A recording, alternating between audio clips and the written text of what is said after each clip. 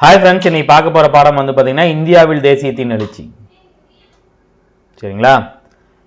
So இது ஒரு சின்ன பாடம் தான். முக்கியமான கொஸ்டின் எவ்வளோ இருக்கோ அவ்வளோ தூரம் எடுத்துகிட்டு வந்திருக்கோம். சரிங்களா? ஒரு 50-55 கொஸ்டின் தான் இருக்கும். சரியா?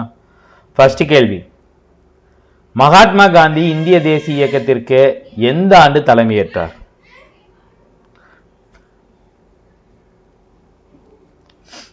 இந்திய தேசிய இயக்கத்திற்கு அவருக்கு இந்தியாவுக்கு வருவார், ஒரு வருஷம் சுற்றுப்பயணம், அப்புறம் வந்து பார்த்தீங்கன்னா சம்ரான், கேதா, அலகாபாத்லாம் போராட்டம்லாம் ஏற்றுட்டு அதுக்கப்புறம் வெரி குட் ஆப்ஷன் ஏ 1919. சரியா? மறந்துடாதீங்க. குரூப் 4லேயே வந்து பார்த்தீங்கன்னா 12லேருந்து நிறைய கேள்வி கேட்குறான். 1927ஆம் ஆண்டு இந்திய தேசிய காங்கிரஸ் மாநாடு எங்கு நடைபெற்றது?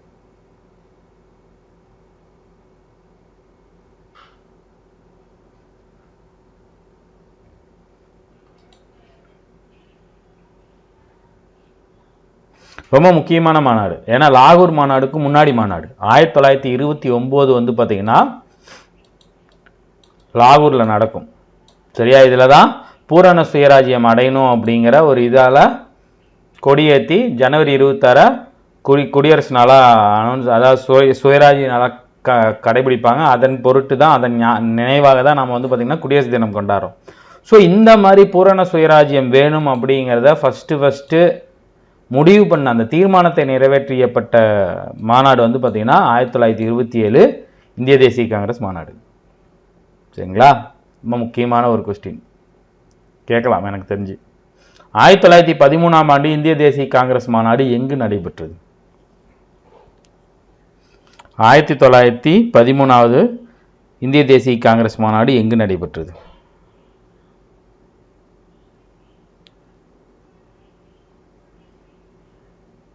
கராச்சி.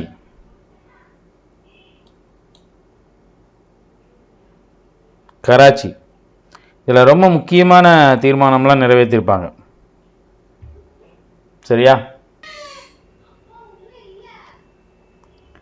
கிழக்கிந்திய கழகம் என்னும் அமைப்பு எந்த ஆண்டு உருவாக்கப்பட்டது? ஈஸ்ட் இந்தியன் அசோசியேஷன் அப்படிங்கிற அமைப்பு.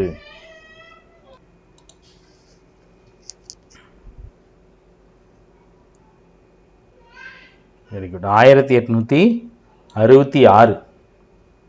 சரியா? தாதாபாய் நவ்ரோஜியை பற்றிய கேள்விகள் வந்து பார்த்தீங்கன்னா ஐஎன்எம்ல அடிக்கடி வந்துகிட்டே இருக்கு.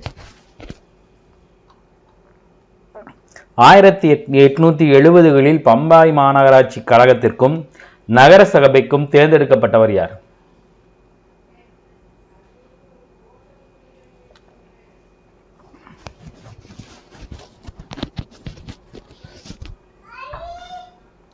Very good. Dadabhai Nowroji.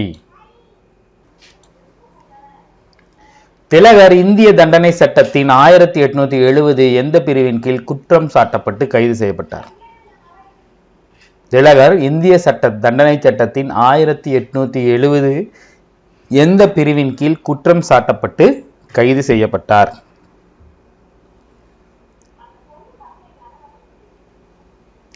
IBC, Indian penal கோட்னு சொல்லுவாங்க. Very good. 124A.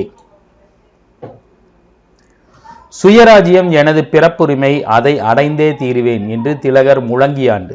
ஆக்சுவலா முதல்ல வந்து பாத்தீங்கன்னா இது யாரு அப்படின்னு சொல்லிட்டு இருந்தாங்க. இது எந்த வருஷத்திலிருந்து முழங்க ஆரம்பிச்சாரு, எந்த வருஷத்துல சொல்ல ஆரம்பிச்சாருன்னே கேள்வி இருக்கு.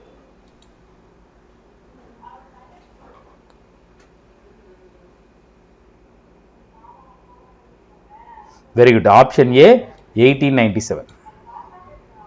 இந்திய தேசிய காங்கிரஸை உருவாக்குவது எனும் கருத்து எந்த அமைப்பின் கூட்டத்தில் முடிவு செய்யப்பட்டது? இந்திய தேசிய காங்கிரஸை உருவாக்குவது எனும் கருத்து எந்த அமைப்பின் கூட்டத்தில் முடிவு செய்யப்பட்டது?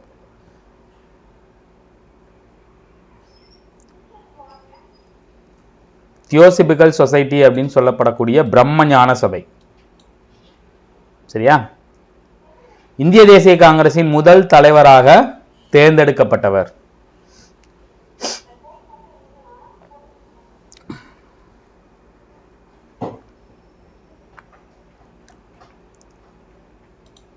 இந்த கேள்வியில யோசிக்கவே கூடாது. உமேஷ் சந்திர பானர்ஜி. WC பானர்ஜி. இங்க பாருங்க, இவர் முதல் தலைவர், இவர் 2ஆம் தலைவர், இவர் 3ஆம் தலைவர். சரியா? சென்னை மகாஜன சங்கத்தின் தொடக்க விழாவில் பங்கேற்ற முக்கிய பிரமுகர் அல்லாதவர் யார்?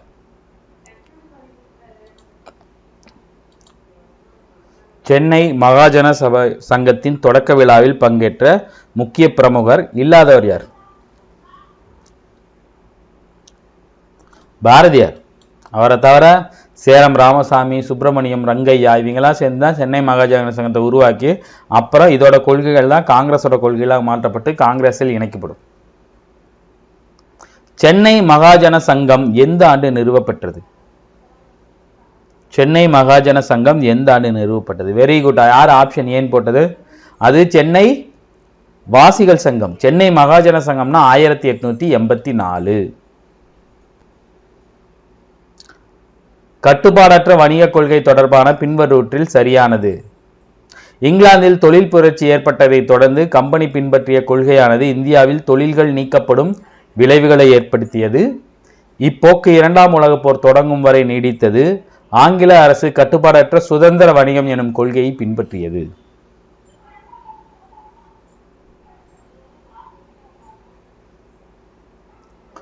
சரியானது பாத்தீங்கன்னா 1, 3 தான். 2ஆம் உலகப் போர் தொடங்கும் போது இந்தியாவில் நிறைய தொழில்கள் பாத்தீங்கன்னா ஆரம்பிக்கப்பட்டது. அதற்கப்புறம் அது முடிஞ்சதுக்கு அப்புறம் என்ன பண்ணுச்சுன்னா அந்த தொழில்கள் இருந்தவங்கெல்லாம் துரத்துனாங்க. அதுக்கப்புறம் தான் சங்கங்கள் நிறைய ஆரம்பிச்சது. சரியா? ஸோ இது பாத்தீங்கன்னா இந்த தொழில் புரட்சி அப்படிங்கிறது 2ஆம் உலகப் போருக்கும் சம்மந்தம் இல்லை. இதெல்லாம் முதல் உலகப் போர் டைம்.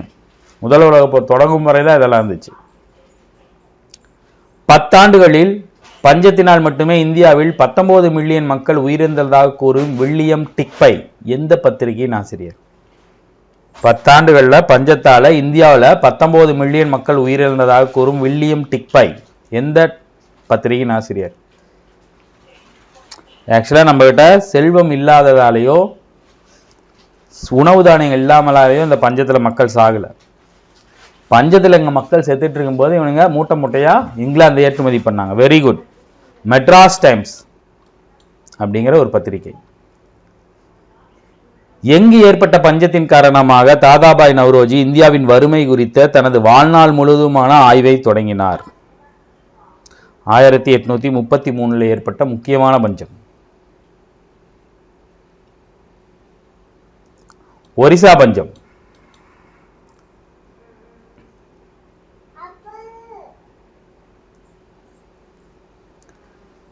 கூற்று: பெரும்பாலும் ஐரோப்பியர்களுக்கு சொந்தமான நிலங்களில் இந்திய குத்தகை விவசாயிகள் அவுரியை பயிரிட கட்டாயப்படுத்தினர். காரணம், துணிகளுக்கு சாயம் தயாரிக்க பயன்படும் இச்செடிக்கு ஐரோப்பியாவில் பெரும் தேவை ஏற்பட்டிருந்தது.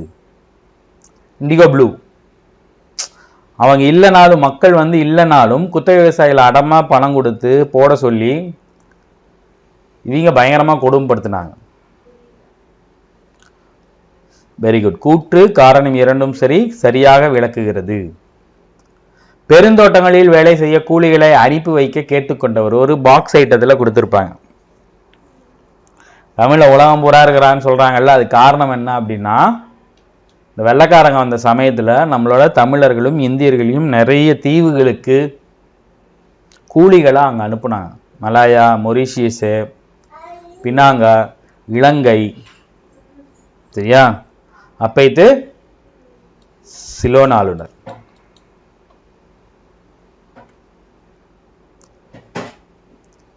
எந்த 2 ஆண்டுகளில் ஏற்பட்ட பஞ்சங்கள் அரசாங்கத்தின் தூண்டுதல் இல்லாமையே மக்களை புலம்பெயர்ந்து செல்ல கட்டாயப்படுத்தின?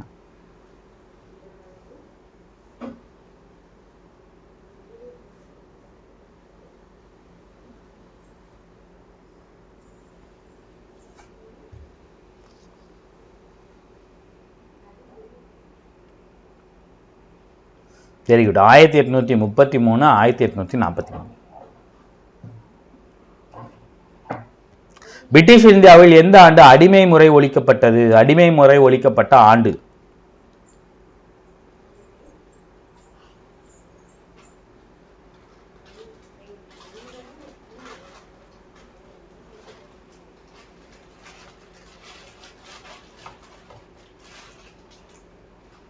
ஆயிரத்தி 1843.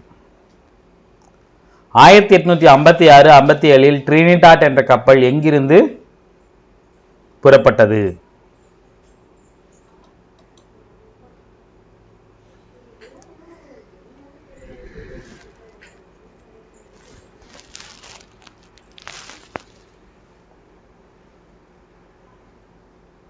கல்கத்தாவிலிருந்து புறப்பட்டது. நிறைய அடிமையிடாளர். ஆங்கிலேயர் கற்றறிந்த மத்தியதர வர்க்கத்தை எவ்வாறு ஏளனப்படுத்தினர்? ஆங்கிலேயர்கள் கற்றறிந்த இந்திய மத்தியதர வர்க்கத்தை எவ்வாறு ஏளனப்படுத்தினர்? ஆக்சுவலா இந்த வர்க்கம் தான் பின்னாடி இந்திய தேசிய காங்கிரஸ் உருவாகிறதுக்கு முக்கியமாக இருந்தது. பாபு வர்க்கம், பாபு பாபு அப்படின்னு கெஞ்சிட்டு இருக்காங்க அப்படின்னு சொல்லி கேவலமா பேச ஆரம்பிச்சாங்க. ஆனா அந்த இவங்க தான் மிகப்பெரிய வக்கீல்களாகவும் இந்திய தேசிய காங்கிரஸை உருவாக்கி அதை பெரிய அளவு கொண்டு போனது இவங்க தான். மெக்காலே கவர்னர் ஜெனரலின் ஆலோசனை குழுவில் முதல் சட்ட உறுப்பினராக அங்கம் வகித்த காலம்? DP Macaulay.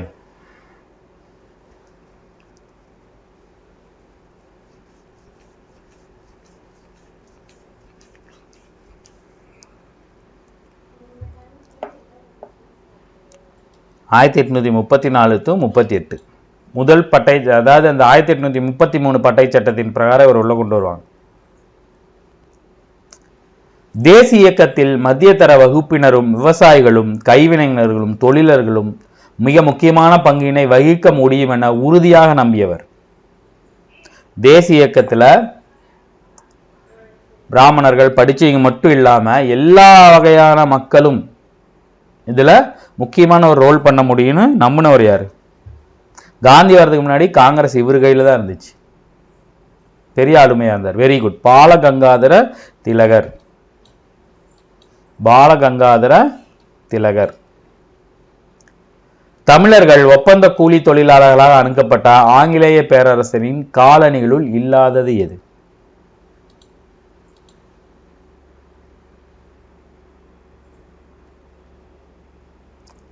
பிஜி, கரீபியன், தென்னாப்பிரிக்கா. தென்னாப்பிரிக்காவில் அவ்வளோ மக்கள் இருந்தாங்கல்ல, காந்தி அங்கிருந்தானே வந்தார். சரியா? ஸோ ஸ்பெயினை தவிர மற்ற இடத்துல எல்லா இடத்துலையும் தீவுகளுக்கும் அனுப்பப்பட்டாங்க. ஸ்பெயின் வந்து பார்த்தீங்கன்னா அது ஒரு ஆங்கில பேரரசர் காலனி இல்லை, அதுவும் ஒரு ஐரோப்பிய நாடு. சரியா? ஆங்கிலேயருக்கு முந்தைய இந்தியாவில் இருந்த உயர்தர கல்விக்கூடங்கள் எவ்வாறு அழைக்கப்பட்டன? சதுஷ்பதிகள், வித்யாலயங்கள், கலாமாடங்கள்.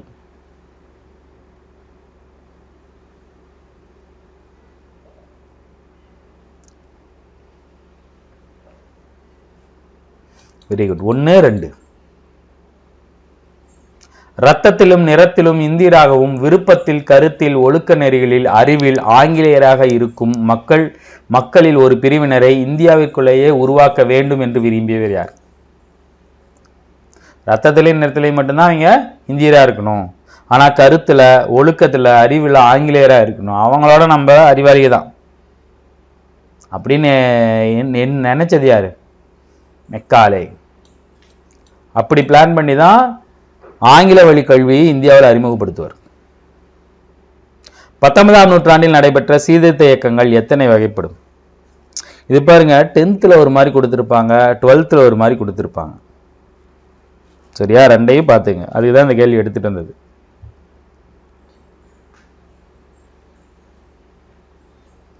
மூன்று.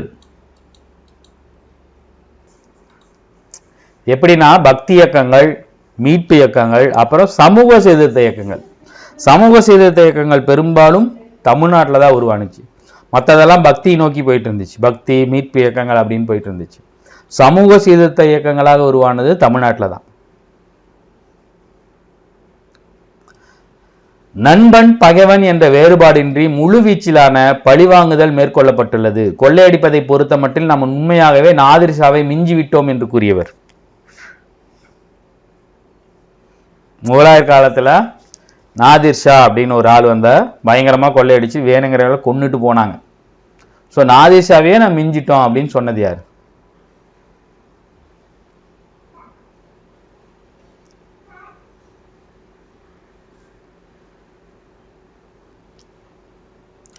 எல்பின்ஸ்டன் மும்பை ஆளுநராக இருந்தாலும்.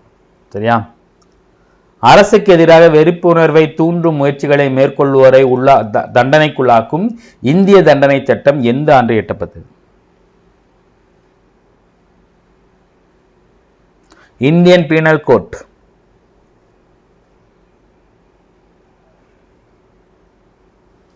இந்தியன் பீனல் கோட் இது.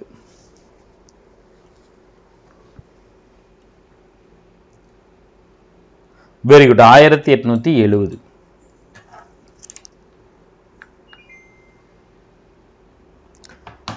ராஜாராம் மோகன் ராயின் வங்கமொழி பத்திரிகை எது? ராஜாராம் மோகன் ராயின் வங்கமொழி பத்திரிகை.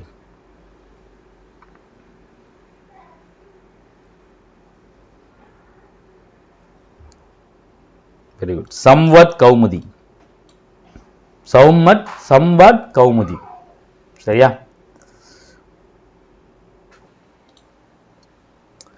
சோ இது ரெண்டுமே பாத்தீங்கன்னா ராஜாராம் மோகன் ராயோட பத்திரிகை. இது வங்கமொழி, இது பாத்தீங்கன்னா அரேபிய மொழி மாதிரி வரும். சரியா?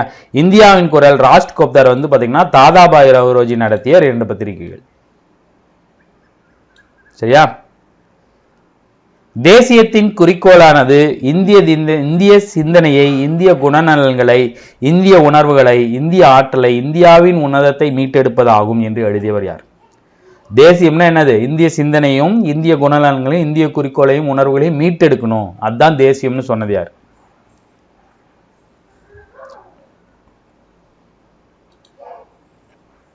அரவிந்த் கோஷ்.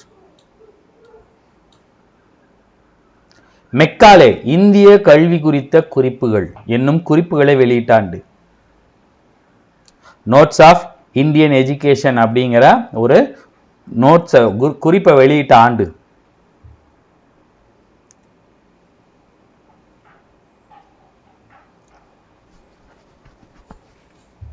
Very good. 35.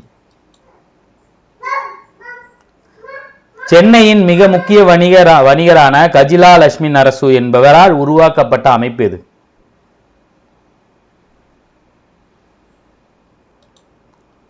சென்னையின் மிக முக்கிய வணிகரான கஜிலா லட்சுமி நரசு என்பவரால் உருவாக்கப்பட்ட அமைப்பு? சென்னை மகாஜன சபை, தென்னிந்திய நல உரிமைகள் சங்கம், சென்னை வாசிகள் சங்கம், திராவிடர் கழகம்.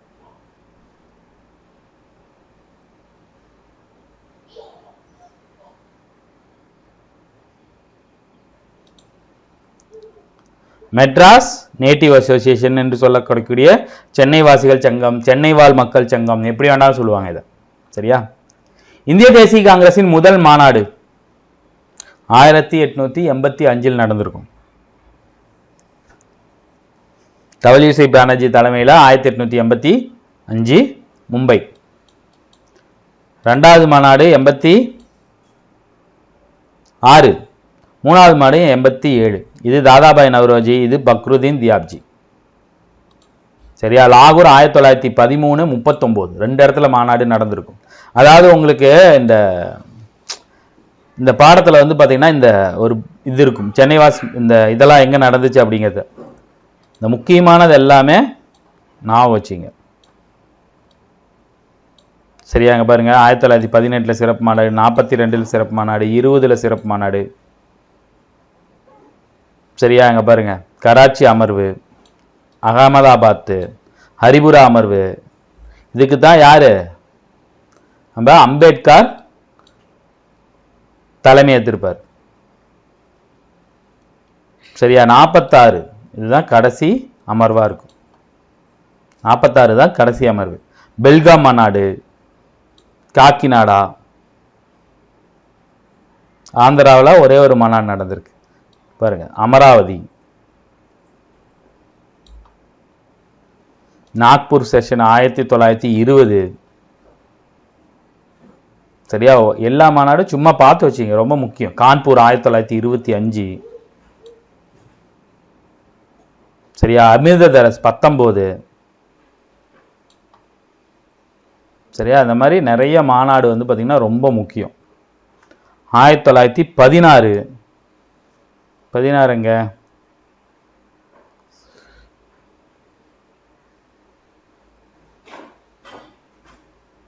16ங்க லக்னோ ரொம்ப முக்கியமான அமர்வு.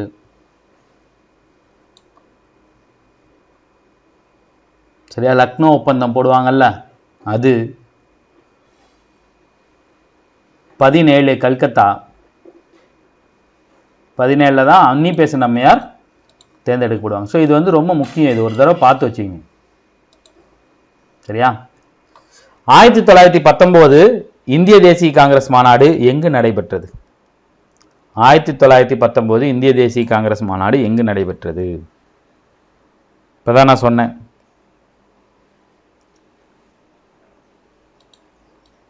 19 தான். என்னது? அமிர்தசரஸ்ல. இங்க பாருங்க, அமிர்தசரஸ், பஞ்சாப். சரியா, மாநாடு நடைபெறாத வருடங்களில் தவறானது. மாநாடு நடைபெறாத வருடங்களில் தவறானது.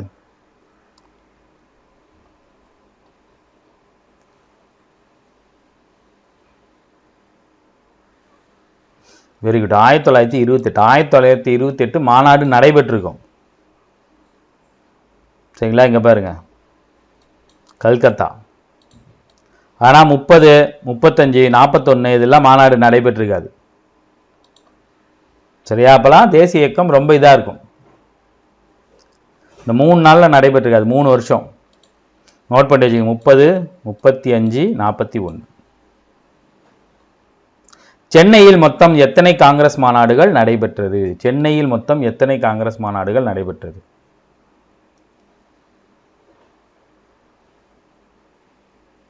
சென்னையில் மொத்தம் எத்தனை காங்கிரஸ் மாநாடுகள் நடைபெற்றது? Very good, 7. சரியா, அங்க பாருங்க. 3வது மாநாடு 87, 94, 98, 903, 908, 1914, 1927. 27க்கு அப்புறம் 47 வரைக்கும் சென்னையில் நடக்கல. சரியா, மொத்தம் 7 மாநாடு. இதுக்கப்புறம் அதிகமாக ஆக்சுவலாக நடந்தது எங்கன்னு வந்து பார்த்தீங்கன்னா கல்கத்தா, அதுக்கப்புறம் பம்பை, அதுக்கப்புறம் சென்னை வருது. கல்கத்தா பாருங்க, 1, 2, 3, 4, 5, 6, 7, 8, 9, 10 மாநாடு. மும்பையில் 1, 2, 3, 4, 5, 6, 7. ஸோ இந்த 2 இடத்துலையும் தலா 7 மாநாடுகள். இங்கே 10. இதில் இந்த சிறப்பு மாநாடு கழிச்சிங்க அப்படின்னா இங்கே 5. சரியா, கடைசி மாநாடு எப்பன்னு வந்து பார்த்தீங்கன்னா 47ல் டெல்லியில் நடந்திருக்கு. சரியா, கல்கத்தாவில் மொத்தம் எத்தனை மாநாடுகள் நடைபெற்றது? இப்போதான் நம்ம பார்த்தோம். எத்தனை மாநாடு? 10. அதிகமாக நடந்தது கல்கத்தாவில். வறுமையும் பிரிட்டனுக்கு ஒவ்வாத இந்திய ஆட்சியும் என்ற நூல் வெளிவந்த ஆண்டு.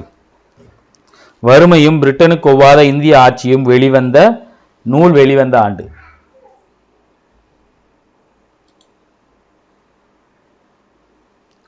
ஆயிரத்தி 1901. யார் எழுதியிருப்பா? இந்தியாவின் மாபெரும் மனிதர் என்று அழைக்கப்படக்கூடிய, இங்க பாருங்க, இது அப்படியே ஒரு கேள்வியா கேட்டான். சரியா, அப்படியே கேள்வியா கேட்டாங்க. ரிப்பன் பிரபு வைசியராக இருந்தபோது இல்பர்ட் மசோதா அறிமுகப்படுத்தப்பட்ட ஆண்டு. இல்பர்ட் மசோதா ரொம்ப முக்கியமான மசோதா. இல்பர்ட் மசோதா ரொம்ப முக்கியமான மசோதா.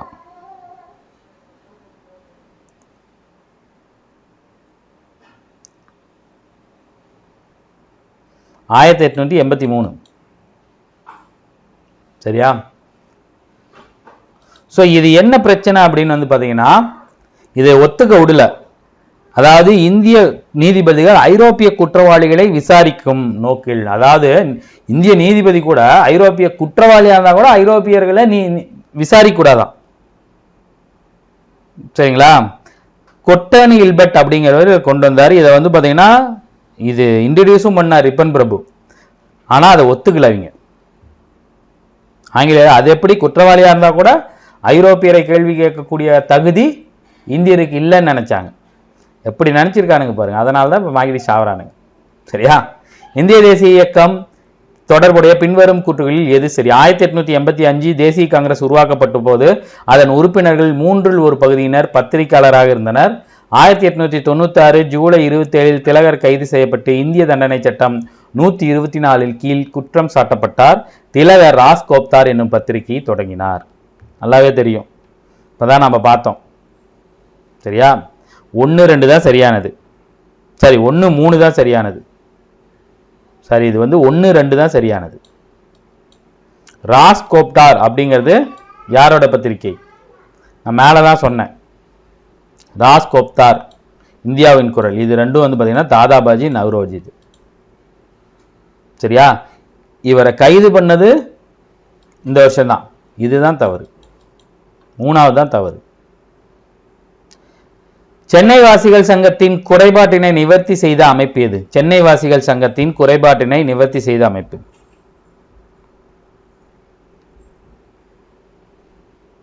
சென்னை வாசிகள் சங்கம் வணிகர்கள் அப்படிங்கிற அளவுக்கு சுருங்கி போச்சு. ஆனா அதோட கொள்கைகள், அதோட இதெல்லாம் பார்த்தீங்கன்னா சூப்பரா இருந்துச்சு.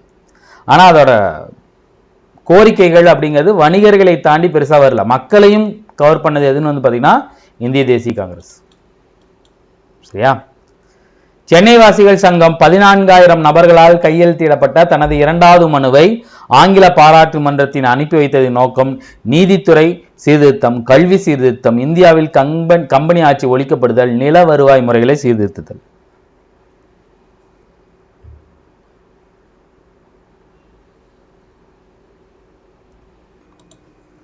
இவங்க என்ன சொன்னாங்க?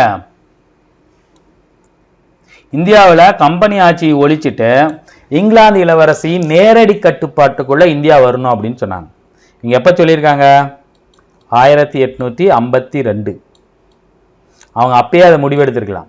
ஆக்சுவலா 57ல பெருங்கலம் நடந்ததுக்கு அப்புறம் 58ல தான் இந்த விஷயம் வந்துச்சு. சரி, இது அப்பயே நம்ம ஆளுங்க சொல்லிட்டாங்க. சென்னை மாகாணத்தை சேர்ந்த நில உடைமை வணிக வர்க்கத்தின் அமைப்பு இது.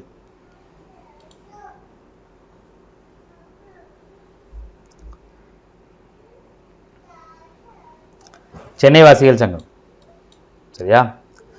தவறான இணை எது? தவறான இணை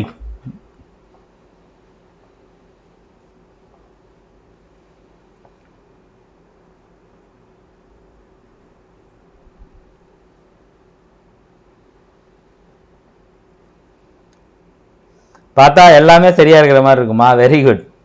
ராஜாராம் மோகன் ராய் பார்த்தீங்கன்னா பிரம்ம சமாஜம், பிரம்ம ஞான சபை இல்லை. சரியா? 1866 ஒரிசா பஞ்சத்தின் போது இங்கிலாந்திற்கு ஏற்றுமதி செய்யப்பட்ட பொருள். இங்க நாம மக்கள் பஞ்சத்துல சாப்பாடு கிடைக்காம செத்துட்டு இருந்தப்ப அவங்க அரிசியை மூட்டை மூட்டையா டன் டனா இங்கிலாந்துக்கு ஏற்றுமதி பண்ணிட்டு இருந்தாங்க. கொடுமை. மாறுபட்ட ஒன்றை தேர்வு செய்ய. William Jones, Charles Wilkins, Max Muller, Aurobindo Ghosh. Very good, ஈஸியா போட்டலாம். Aurobindo Ghosh. William Jones, Charles Wilkin, Max Muller எல்லாமே ஐரோப்பியர்கள். ஆனா இந்தியர்களோட இதுக்கு சப்போர்ட் பண்ணாங்க. அரவிந்த் கோஷ் பாத்தீங்கன்னா இந்தியர். சரியா? பின்வருவற்றுள் சரியான விடை தேர்வு செய்ய. ரொம்ப முக்கியம். ஆல்ரெடி நாம பார்த்தோம். Balagangadhara Tilak, Dadabhai Naoroji, Macaulay, William Digby. Macaulay இந்திய கல்வி குறித்த குறிப்புகள். அப்ப 3க்கு 4. 3க்கு 4 எங்க இருக்கு? இதுதான் இருக்கு. ஸோ அப்ப பாலகங்காதர திலகர் கேசரி அப்படிங்கிற ஒரு பத்திரிகை, கேசரி மராட்டான் 2 பத்திரிகை. தாதாபாய் நவ்ரோஜி பாத்தீங்கன்னா இந்தியாவின் குரல், ராஸ்கோப்தார், வில்லியம் டிக்பை மெட்ராஸ் டைம்ஸ். சரியா? 3, 1, 4, 2. கேசரி மராட்டா. சரியா? பின்வருவற்றுள் ஒன்று சரியாக பொருந்தியுள்ளது.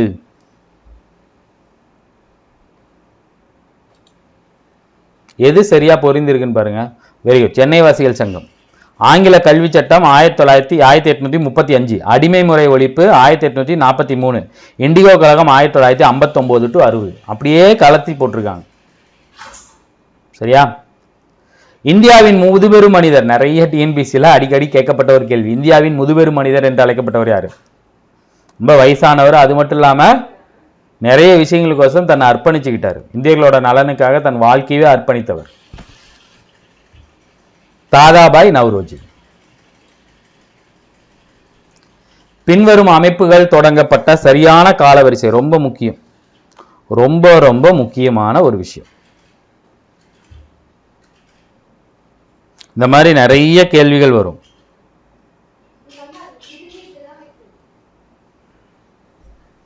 ஃபர்ஸ்ட் வருஷம் போடுங்க. இந்த மாதிரி வரும்போது சென்னை வாசிகள் சங்கம் 1852, சென்னை மகாஜனசபை 1884, இந்திய சங்கம் 1866, சாரி இந்திய சங்கம் 65, கிழக்கு இந்திய சங்கம் 1866. சரியா? இப்போ இது ஃபர்ஸ்ட் 3 ஃபர்ஸ்ட். சரியா? அதுக்கப்புறம் 4 செகண்ட், ரெண்டுமே இருக்கு, அப்புறம் 1. இதுதான் ஆப்ஷன் சி. சரியா? எது ஃபர்ஸ்ட் எது லாஸ்ட்னா கூட கடைசியில் கூட நம்ம நடுவில் கூட நம்ம கலந்து போட்டுக்கலாம். சரியா? ஆங்கில அரசாங்கம் கரெக்டா போச்சா? First second third correct. ஆங்கில அரசாங்கம் தடையற்ற வணிக கொள்கையை பின்பற்றியது. இங்கிலாந்தின் தடையற்ற வணிக கொள்கையினால் இந்தியா நன்மை பெற்றது. கூற்று சரி, காரணம் தவறு. இந்தியாவின் தடையற்ற வணிக கொள்கையினால் இந்தியாவின் தொழில்கள் நசுக்கப்பட்டு இந்தியா ஒரு இதைதான் சந்திச்சிச்சு, நன்மை சந்திக்கல. ஒரிசா பஞ்சம் குறித்த கூற்றுகளில் சரி. அந்த 1866 ஆண்டில் 1.5 மில்லியன் மக்கள் ஒரிசாவில் பட்டினியால் இறந்தனர். பஞ்ச காலத்தில் 200 மில்லியன் பவுண்ட் அரிசியை இங்கிலாந்து பிரிட்டனுக்கு ஆங்கில அரசு ஏற்றுமதி செய்தது. ஒரிசா பஞ்சமானது தாதாபாய் நவ்ரோஜியை இந்திய உரிமை குறித்த வாழ்நாள் முழுவதும் ஆய்வை மேற்கொள்ள இது பண்ணது, தூண்டியது. ஸோ எல்லாமே கரெக்டு தான்.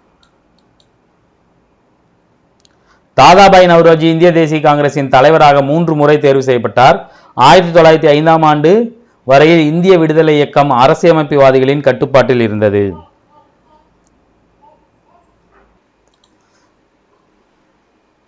ஸோ சரியாக விளக்குகிறது தான். சரியா? தாதாபாய் நவ்ரோஜி பார்த்தீங்கன்னா 2வது இது 86. சரியா? அதுக்கப்புறம் 94, அப்புறம் 1907.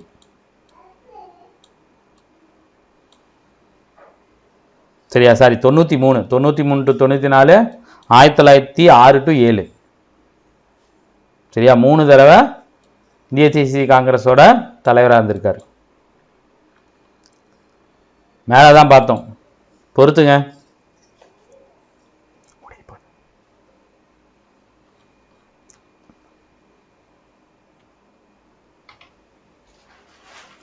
ஃபர்ஸ்ட் 1866 இந்திய சங்கம், சாரி 65 தான் இந்திய சங்கம்.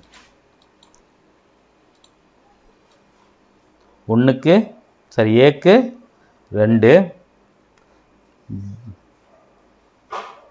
ஏக்கு பார்த்தீங்கன்னா 3, ஏக்கு 3, பிக்கு 1, 3 1. அப்போ இதுதான்.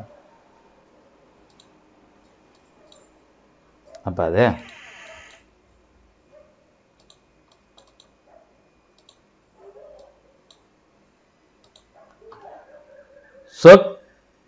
பொது கல்விக்கான பொதுக்குழு 1823, வட்டார மொழி பத்திரிகை சட்டம் 1878. சரியா? இதுவே ஒரு மாதிரி கன்ஃபியூஷன் தான் கொடுத்துருப்பாங்களாட்டு. இது 3க்கு 4 கரெக்டு தான், 4க்கு 2. சரியா? ஸோ அடுத்து பார்த்தீங்கன்னா கடைசி கேள்வி. இந்தியாவில் ஆங்கில கல்வி எந்த ஆண்டு அறிமுகப்படுத்தப்பட்டது? இது ஒரு டிஎன்பிசி கேள்வி. அறிமுகப்படுத்தியவர் டிபி மெக்காலே. Very good, 1835. சரியா? இந்த பாடத்தில் இவ்வளோதான் ரொம்ப முக்கியமாக கேள்வி எடுக்க முடிஞ்சது. பாடமும் ரொம்ப சின்ன பாடம் தான், அதனால தான் பார்த்தீங்கன்னா இந்த மாநாடு நடந்ததெல்லாம் நிறைய கேள்வி எடுத்திருக்கும். சரியா? ஸோ இந்த லைவ் உங்களுக்கு யூஸ்ஃபுல்லாக இருந்திருக்குன்னு நினைக்கிறேன். இதே மாதிரி அடுத்த ஒரு லைவில் நம்ம சந்திப்போம். தேங்க்யூ.